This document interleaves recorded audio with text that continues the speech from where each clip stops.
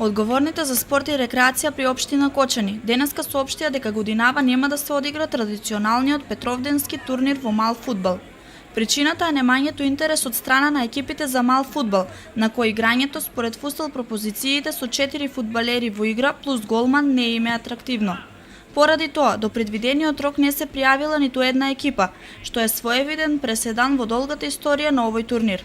Оваа година Петровденскиот турнир во мал фудбал нема да се одржи како активност, бидејќи на огласот што општина Кочани уредно го имаше објавено, спортските клубови не изразија спремност, односно не се пријавија на истиот и од тие причини нема да биде одржан.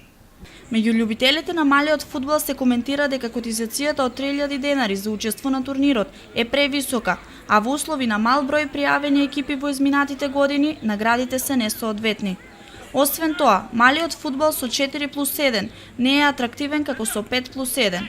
Потврда за тоа се петровденските турнири кои се играа на спортските терени во Бавчалукот со по 15 до 20 екипи, кога надпреварите ги следеа по неколку стотини навивачи и кога се создаваше вистинска фудбалска атмосфера.